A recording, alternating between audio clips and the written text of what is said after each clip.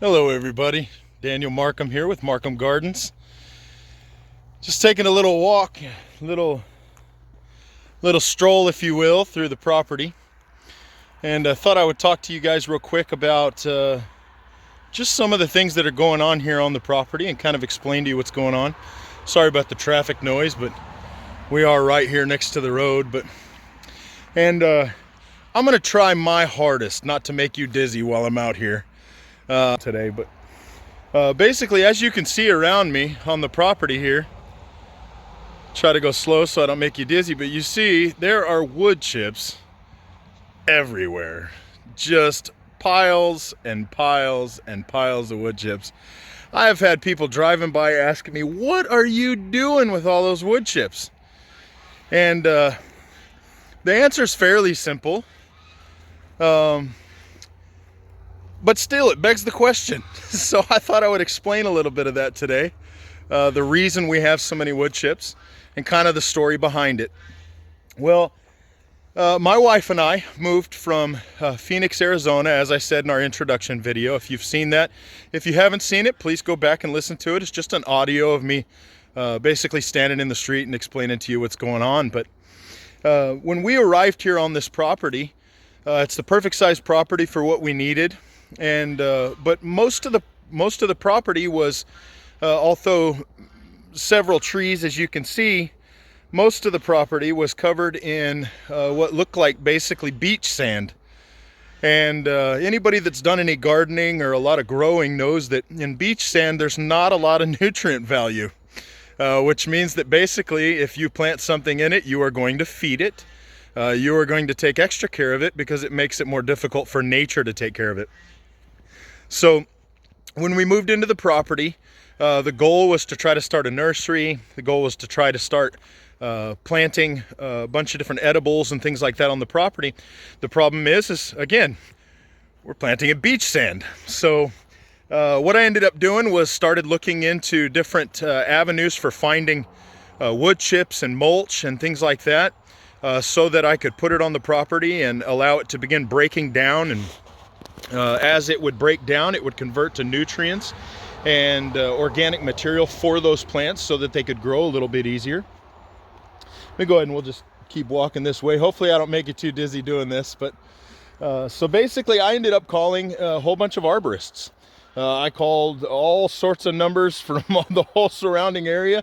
And crazy enough, I was unable to find anybody that was willing to deliver wood chips out here without either charging me quite a pretty penny, or some of the arborists even said, no, we don't even keep the wood chips. We burn everything that we get on a site that we've already got established. And so, to be honest with you, I was a little disheartened. I thought, well, you know, here I've got no organic material.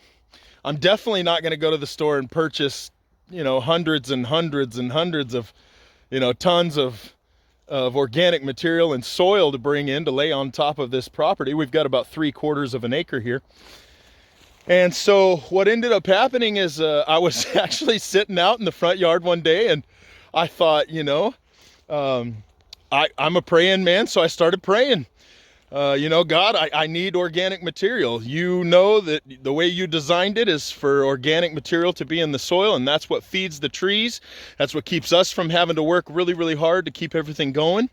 And no kidding, about probably an hour after I made that prayer, an arborist company drove by at the corner of the street down here.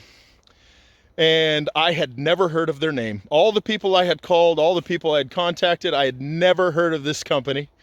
So I gave their corporate a call, and immediately the lady put me in contact with their manager. And immediately their manager said, absolutely, we have been looking for a place to dump them. At this point, we basically just dump them wherever we can, and we would love it if somebody had use for it. So that very next day, they began dumping wood chips on this property.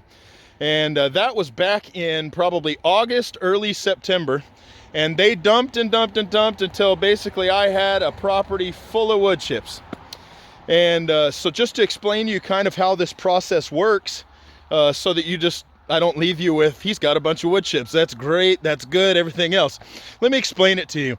When you bring in organic material like this and you leave it on top of the soil, what happens is a couple things. That organic material, because of the nature of it, it's got wood chips, it's got leaves, it's got green matter, and those green matter and that organic material begins to heat up. Bacteria and fungus begins to dominate it, and it begins to heat up and break down. And as it breaks down, it begins to create nutrients, and it begins turning back into the soil, utilizing worms and things like that, so that I'm not having to go in and do that myself. Now, something to keep in mind is a lot of people will say, well, why don't you just turn those wood chips right into the ground? Why don't you just go ahead and use a tiller and just till those wood chips right into the dirt itself? And the main reason why you don't want to do that is because as wood chips begin to break down, they actually rob the soil of nitrogen. And so if I was to do that and plant something in there, it would actually rob that soil of nitrogen, and I would have to replace that nitrogen on a consistent basis. But if I'll let nature do what it does, it will actually feed nitrogen back into the soil. As the worms begin to break it down, they begin to poop. That's called vermicompost. And vermicompost has a natural pH level of 7.0. Here in East Texas, we're fairly acidic. In fact, sometimes we're too acidic, which means we have to add a little bit of lime to things. We've got over 55 inches of rain. And so what happens is the more vermicompost, the more worm activity that you have, the more that pH corrects itself, and you're not having to do quite as much maintenance. Here at Markham Gardens, that's what we're all about. I'm trying to teach people how to grow and how to prepare soil and to be able to be productive on their land with as little work as possible and with as little human input as possible.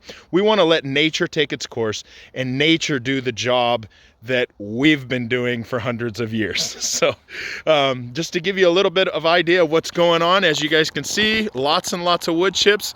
As we go through the years and as we go through the next few months, I'll show you guys the process of these wood chips breaking down. I'll show you how they begin to turn to black soil, and I'll also show you in different planting videos what that soil looks like and what kind of consistency that is. So please continue to follow along at Markham Gardens, and I promise I'll keep making videos. I definitely want to teach everybody how to do this and do it in a way that is sustainable, that you can keep doing it without wearing yourself out and not having time to take care of it. So love you guys, and see you in the next video.